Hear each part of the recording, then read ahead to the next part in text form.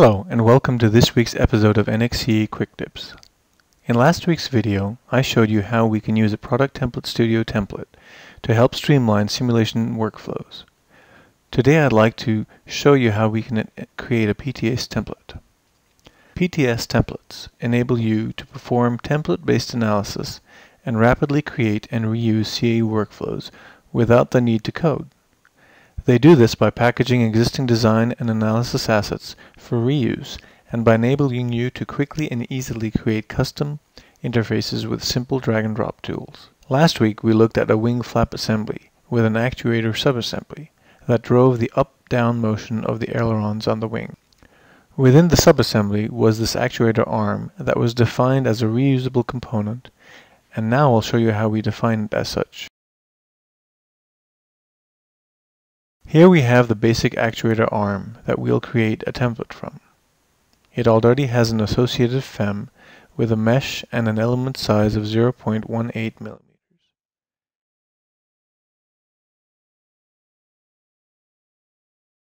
In addition, there's also a sim file with a bearing load in one hole and a fixed constraint in the other. Now that you've seen how the base parts are defined, let's jump into the PTS authoring tool. Just a note that this application comes bundled with your NX install, although you need a separate license to run it. We opened the same .prt arm_000, and in this application you see information related to the template part. As we saw last week, this part has 3 templates associated to it, 1 CAD and 2 CAE. We open with the CAD template, and what we see on the right is a preview of the dialog box, and on the left how you can control it. Let's look at how the weight feedback is created. As shown previously, when we change the arm length, the part changes and so does its corresponding weight, and there are requirements to keep the weight within a certain range. The value of the weight field is controlled by the number expression P226. When you click on the I tab on the right, you see the part history, as you would in the part navigator, and you see the corresponding value. Now let's shift to the CAE bending load template and create it. First we select UI blocks or groups.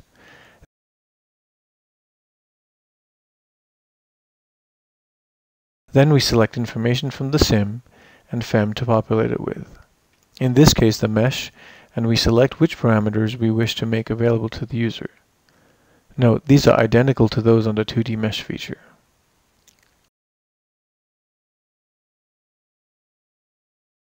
We rename the defaults.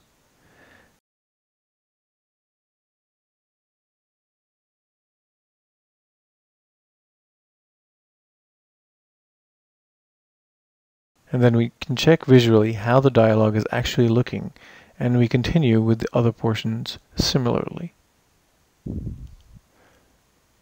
Thus you can see how easy it is to create these templates. We are literally exposing and choosing the pieces we wish to use from the template parts. The key thing to remember is a PTS template is only as robust as the template part it is created from, so a lot of thought must be put into choosing the limits. As always, if you like this video or have any feedback, please let me know below. Thank you, and see you next time.